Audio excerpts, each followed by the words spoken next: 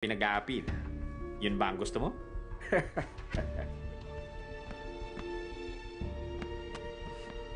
Halina kayo!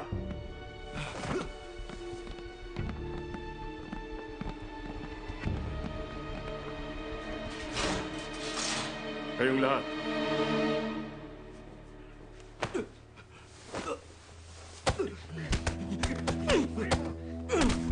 Mamatay ka na! Mamatay ka na! Isa pa! Mga walang utak lang ang nag-iiwan ng ebidensya sa kamay nila.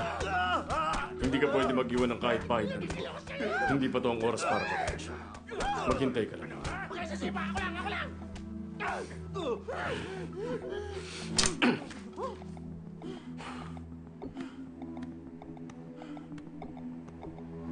Sige. Oo, tama yan. Magaling ang ginawa mo. Huwag mong ibabaling sa ibang paningin mo. Palagi mo siyang babantayan. Dahil walang may alam kung ano pang kaya niyang gawin. Opo, sir. Kayo lang po ang susundin ko. Opo, sir. Opo, sir. Kontrolado na namin ang sitwasyon. Opo, sige po.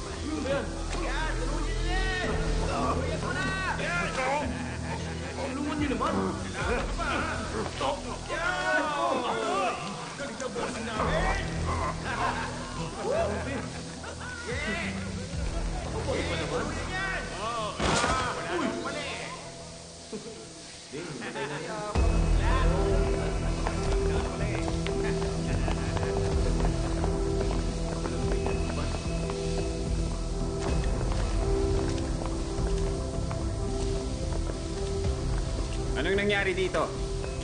O ano? Nagrambulan na naman kayo? Hindi, sir. Bigla na lang hinimatay. Mukhang may sakit Ba't ba nasa sahig yan? Istorbo siya sa mga naliligo. Gisingin nyo. Ako na po ang gigising!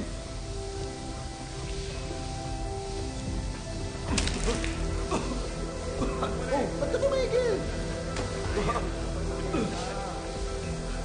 Kermanju! Kermanju, bumangon ka dyan!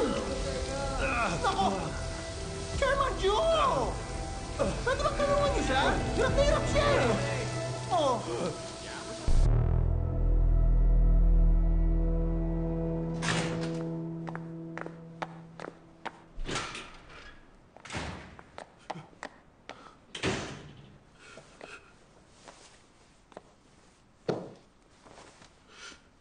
O, sir.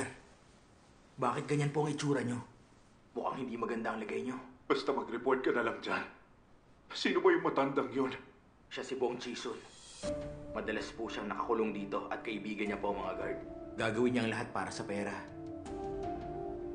Ang nakapagtataka, wala siyang kaso pero kusang loob siyang nagpakulong. Wala naman siyang kaso ngayon at wala rin kahit anong trial date. Sa tingin ko, nandyan siya para i-target kayo. Ako ang target niya. Nakapagtataka rin nagsisiatrasan na lahat ng mga abogado niya.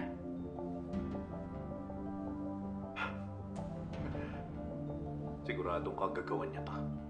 Logan Lee, tarantado ka talaga.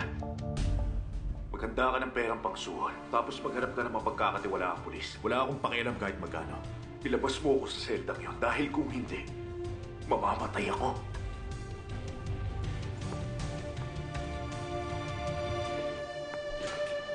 Peste talaga yun.